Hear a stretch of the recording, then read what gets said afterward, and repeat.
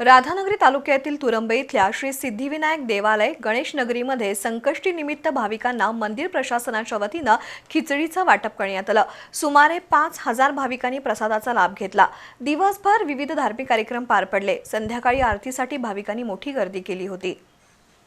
कोल्हापूर गारगोटी मार्गावरील तुरंबे इथल्या श्री सिद्धिविनायक देवालय गणेश नगरीमध्ये संकष्टी निमित्त आज विविध धार्मिक कार्यक्रम पार पडले। दर्शनासाठी येणाऱ्या भाविकांना मंदिर प्रशासनाच्या वतीनं खिचडी वाटप करण्यात आलं। पंचक्रोशीतील सुमारे 5,000हून अधिक भाविकांनी खिचडीचा लाभ घेतला। सकाळी अभिषेक झाल्यानंतर मंदिर भाविकांसाठी खुलं करण्यात आलं। दिवसभरात भजन, कीर्तन, हरिजागर असे धार्मिक कार्यक्रम पार पडले। संध्याकाळी आरतीसाठी पंचक्रोशीतील भाविकांनी मोठी गर्दी केली होती।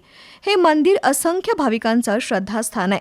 नवसाला पावणारा गणपती म्हणून याची ख्याती आहे। यावेळी सिद्धिविनायक देवालयाचे अध्यक्ष रघुनाथ पवार, रघुनाथ बलुगडे, जितेंद्र किल्लेदार, भीमराव पवार, संभाजी राऊत, राजाराम वारके, अरुण पलंगे, संदीप पाटील, दिलीप वारके, राजेंद्र चौगुले यांच्यासह सिद्धिविनायक मंडळाचे पदाधिकारी उपस्थित होते।